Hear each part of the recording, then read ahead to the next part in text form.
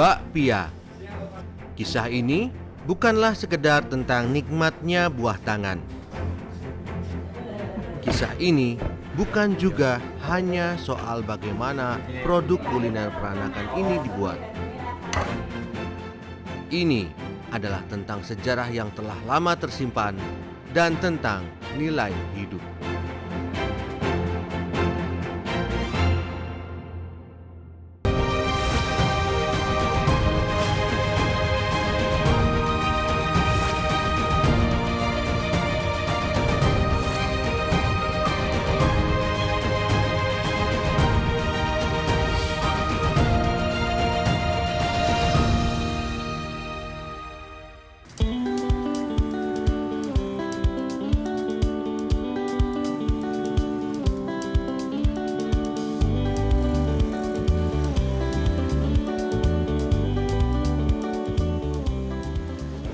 Ketika berkunjung ke Yogyakarta, bakpia biasanya menjadi pilihan utama untuk mendapatkan oleh-oleh, terutama dari daerah di mana saat ini saya berada, yaitu di daerah Patuk yang terkenal dengan nama bakpia Patuk. Namun tahukah Anda bahwa bakpia Patuk bukanlah bakpia yang pertama kali ada di Yogyakarta. Bakpia yang pertama kali ada di Yogyakarta adalah bakpia Taman Sari. Salah satu bakpia yang dikenal sebagai bakpia Taman Sari adalah bakpia Niti Gurnito. Di rumah yang berada di Jalan Wahid Hasyim ini tinggal pembuat bakpia generasi kedua dan ketiga. Bangunan utama rumah ini tak pernah berubah sejak zaman dulu. Yang juga tak pernah berubah adalah cara membuat isian kacang hijau untuk bakpia.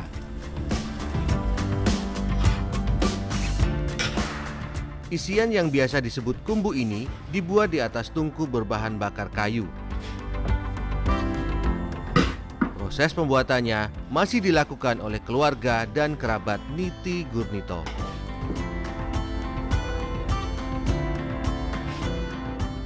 Tahu saya tidak banyak bakpia yang di Jogja yang mencantumkan sejak tahun berapa. Lah ini benar nih, sejak tahun 1944. Sebenarnya kurang tepat, Mas.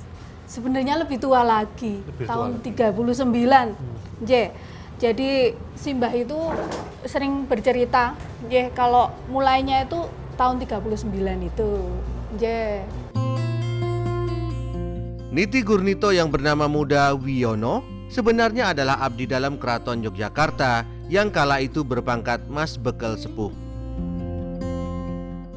Mas Niti, demikian ia biasa dipanggil, ditunjuk mendiang Sri Sultan Hamengkubuwono ke-9 untuk menjadi pelatih musik prajurit kesatuannya Bergodo Daeng. Menurut penuturan cucu Niti Gurnito, Sri Sultan Hamengkubuwono ke-10 yang saat ini bertahta sering singgah di rumah ini sebelum menjalani latihan keprajuritan dan tahu kalau Niti Gurnito memproduksi bakpia. Waktu itu pangarsonya masih Doroden Mas Herjun yang sekarang menjadi Ngerso Dalem Kaping Sedoso ini. Karena kemudian berlatih bersama-sama, seringkali Ngerso Dalem sebagai pangarso, Simbah sebagai palatih. Ngerso Dalem sering tindak sini karena latihannya di dalam Surya Wijayan sini, latihan prajuritnya. Di belakang sini ya, Katuran katuran lenggah dulu di sini sebelum kemudian tindak mirsani latihan di Jalan Dalam Surya Wijayan sini. Niti Gurnito berpulang pada 1981 dengan nama dan pangkat terakhir Mas Lurah Niti Pawoko. Namun, Niti Gurnito sebenarnya adalah pembuat bakpia kedua di Yogyakarta. Awalnya itu ada seseorang yang namanya Bapak Basun itu menyewa di ini sebelah timur jalan perempatan Taman Sari ke selatan, sebelah timur jalan di situ. Terus dia kan membuat bakpia. Basum itu. Menurut buku berjudul Bakpia, si bulat manis yang selalu dicari, tulisan Profesor Murdiati Garjito dan Katarina Arda Nareswari, pembuat bakpia pertama di Yogyakarta adalah Mbah Sun yang bernama asli Kwik Sun Kok. Bakpia Mbah Sun kini dikenal dengan nama Bakpia Lestari. Mbah Sun adalah orang asli Tiongkok yang datang ke Yogyakarta dari Wonogiri, Jawa Tengah sekitar 1930-an. Ketika sampai di Yogyakarta, Mbah Sun menuju ke daerah Taman Sari karena melihat potensi ekonominya yang menjanjikan. Ia kemudian menyewa lahan milik Niti Gurnito.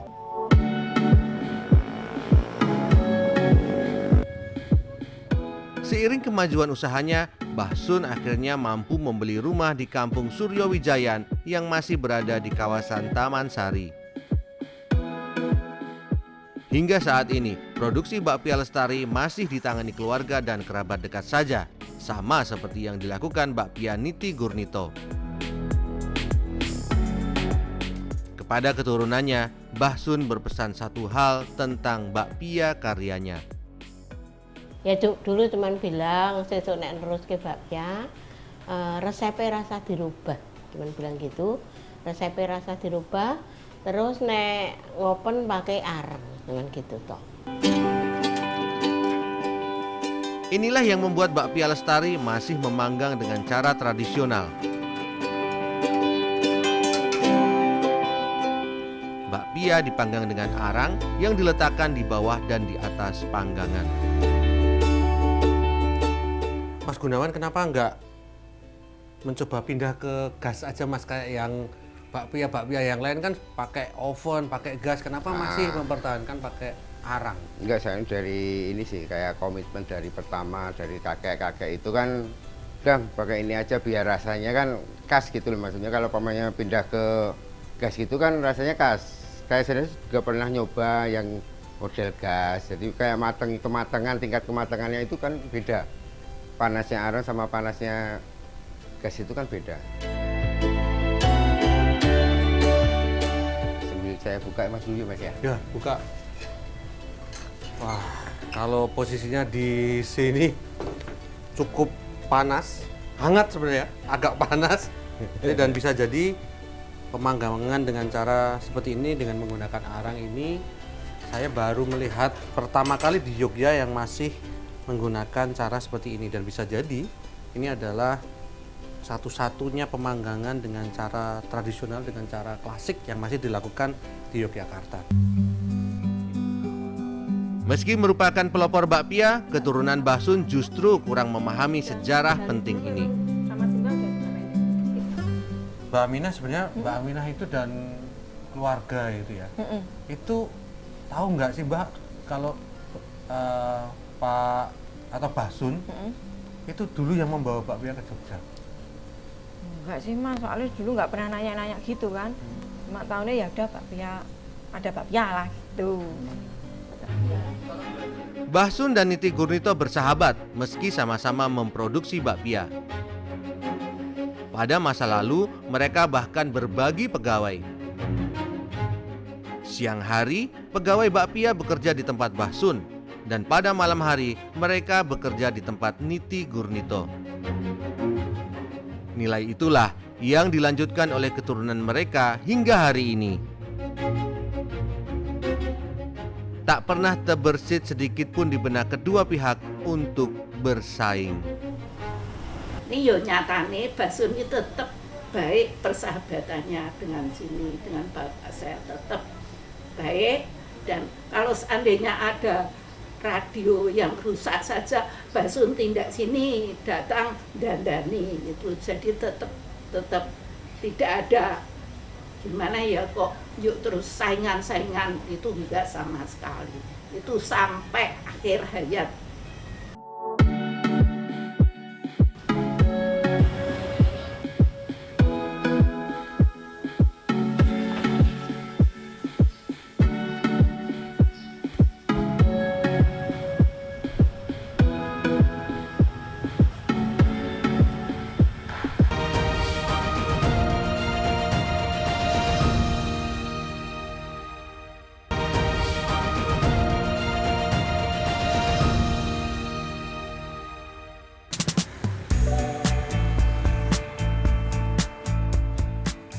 Kawasan Patuk saat ini terkenal sebagai sentranya bakpia di Yogyakarta.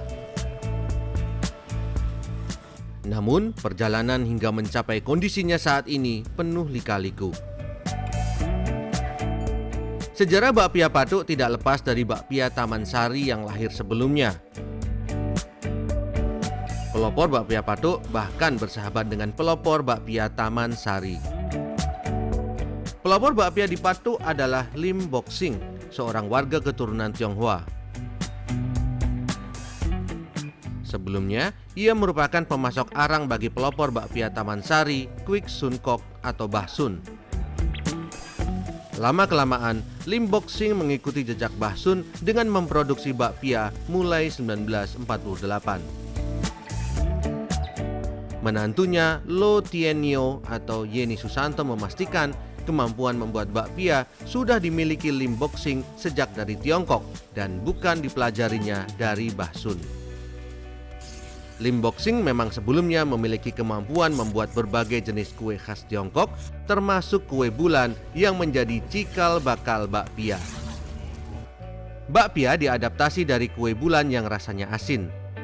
Bakpia adalah kue bulan yang dibuat dalam ukuran kecil dengan isian kacang hijau yang rasanya manis. Menurut Guru Besar Ilmu dan Teknologi Pangan Universitas Gadjah Mada Murdiati Garjito, pengubahan ini terjadi karena akulturasi budaya Tiongkok dengan masyarakat lokal di Yogyakarta yang mayoritas beragama Islam. Kalau mooncake itu isiannya itu daging babi. Tapi dia semua ganti, jadi isi sama kulitnya itu lemak dipakai di kulitnya. Kalau daging dipakai untuk isinya. Jadi kalau mula-mulanya itu semua yang dinamai pakai bak itu mesti daging babi.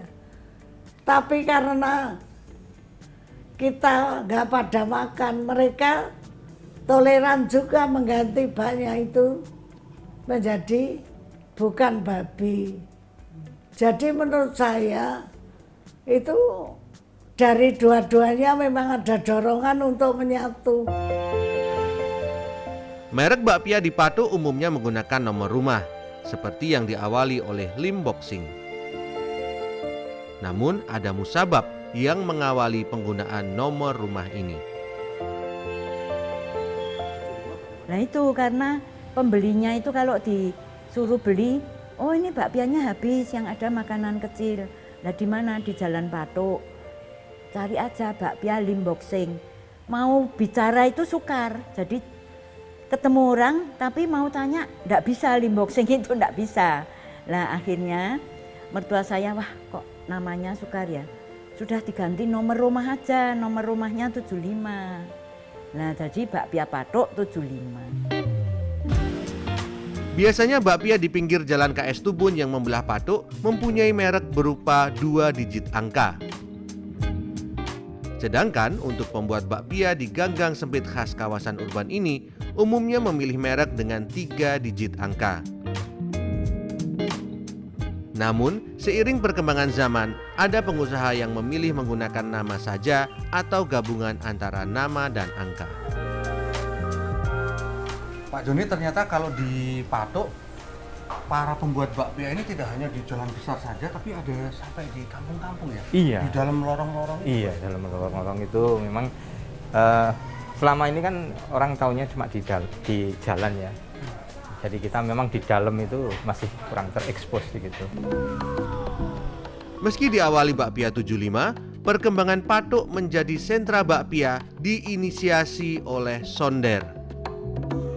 Sebelumnya, ia bekerja di bakpia 75, tetapi ia berinisiatif mengajari tetangga-tetangganya di Kampung Sanggrahan untuk membuat bakpia sejak 1989. Dari titik inilah, kemudian Patuk dikenal sebagai sentra bakpia hingga saat ini. Cerita pertama kalinya itu seperti apa? Kok kemudian Pak Sonder punya inisiatif untuk ngajarin mereka?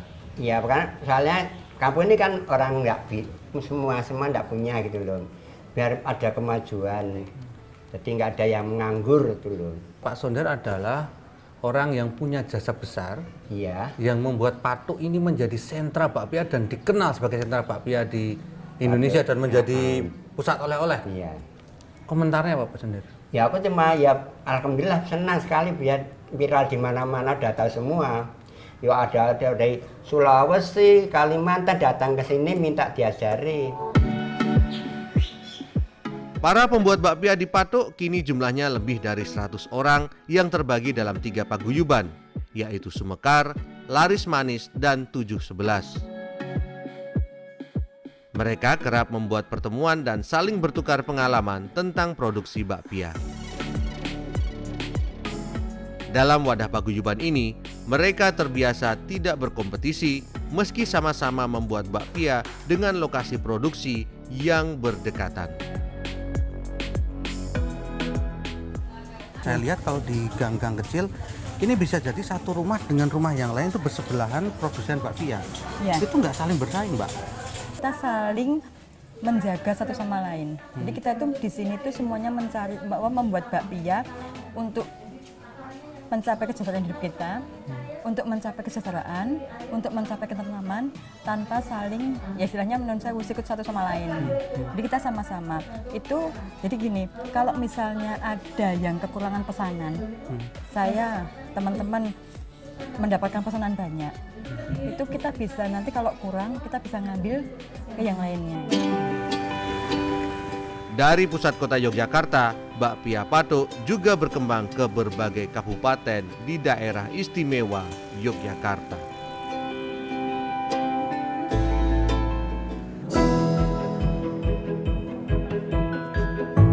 Baru sini, baru ke itu buat Pak Parti itu.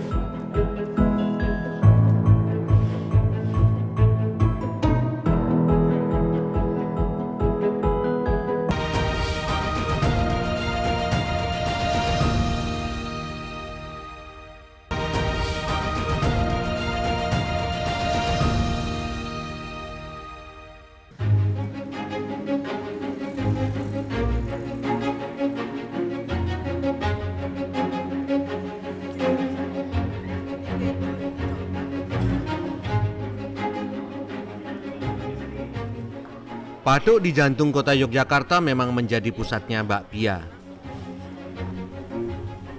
Namun industri bakpia telah menjalar ke sejumlah daerah lain di daerah istimewa Yogyakarta dan terbentuklah sentra-sentra baru.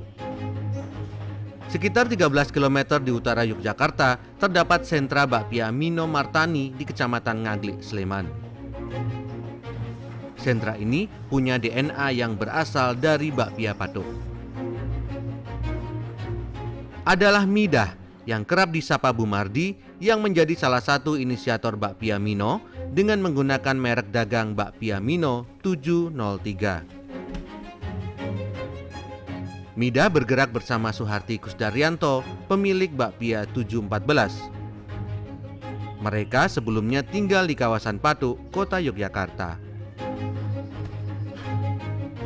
Di sini, bakpia benar-benar merupakan industri rumahan dalam arti sebenarnya.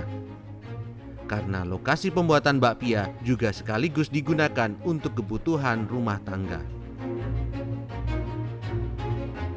Dulu ceritanya bagaimana, Bu? Kok bisa buat bakpia di Mino Martani?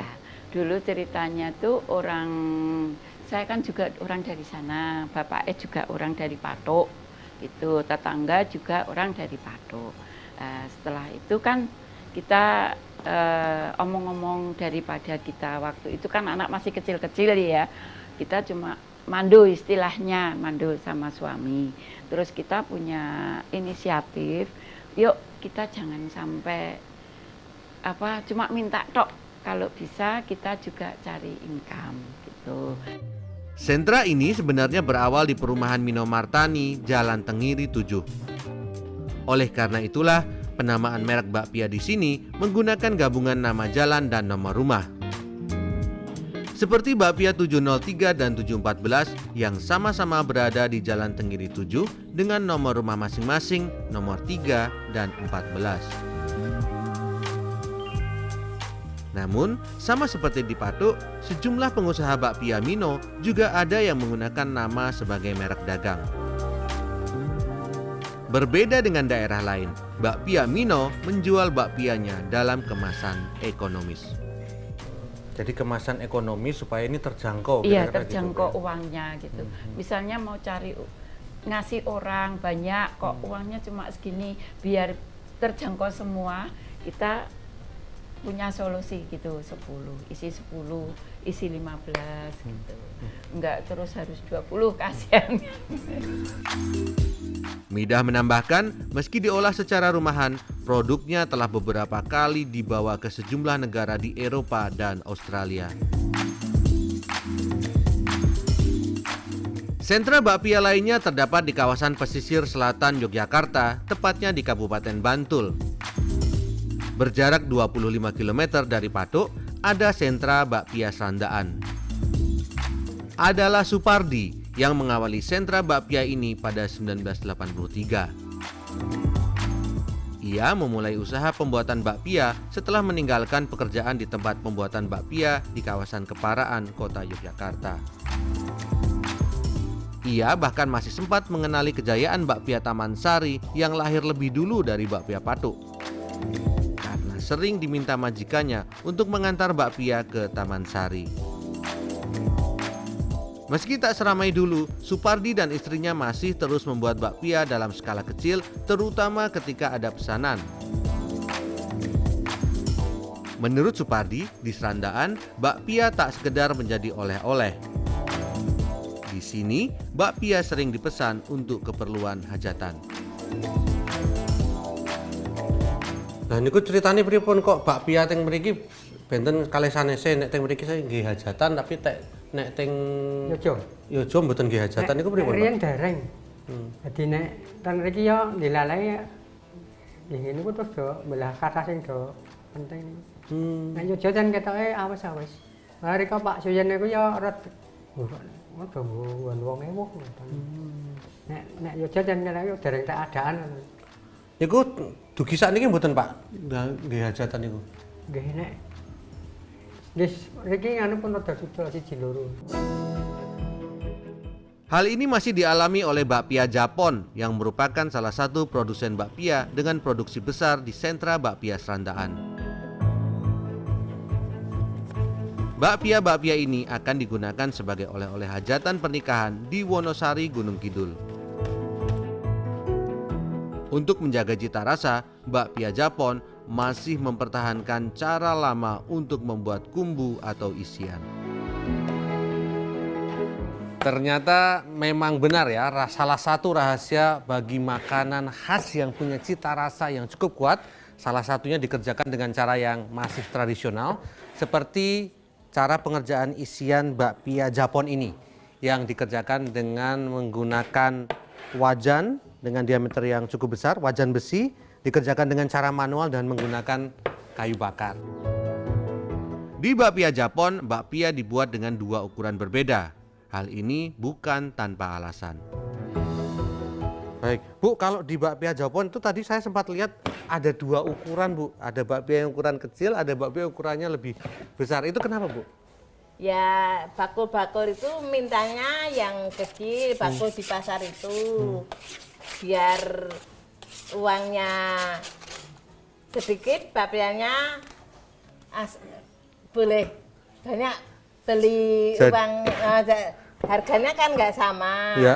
Harganya kan lebih kecil. Meski sudah mendapat banyak pelanggan, bakpia Japon tak melupakan bagaimana cara mereka berjualan pada masa-masa awal membuat bakpia. Mereka masih setia menitipkan bakpia ke warung-warung. Dengan cara ini, bakpia bisa dinikmati semua lapisan masyarakat yang berbeda kondisi sosial dan ekonominya. Bakpia, hingga saat ini belum ada yang tahu persis tahun berapa makanan peranakan ini masuk ke Yogyakarta. Namun, dari bukti sejarah yang ada, camilan manis ini sudah menjadi makanan peranakan Tiongkok di Yogyakarta selama lebih dari 80 tahun. Bakpia telah menjadi bukti akulturasi dan toleransi beragam latar kebudayaan yang berbeda. Dari apa yang dicontohkan para pendahulu, anak cucu mereka hari ini tahu bahwa bakpia telah menjadi simbol kolaborasi, bukan kompetisi.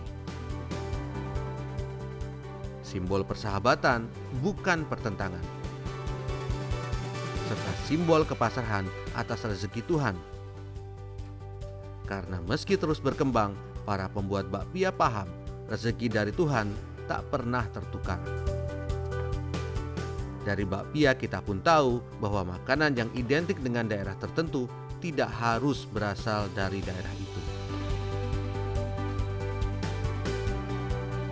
Selama makanan itu dilestarikan terus-menerus melintas ruang, waktu dan generasi, sebuah produk kuliner akan bisa dikenal sebagai bagian dari identitas suatu masyarakat tertentu. Seperti halnya bakpia dan Yogyakarta.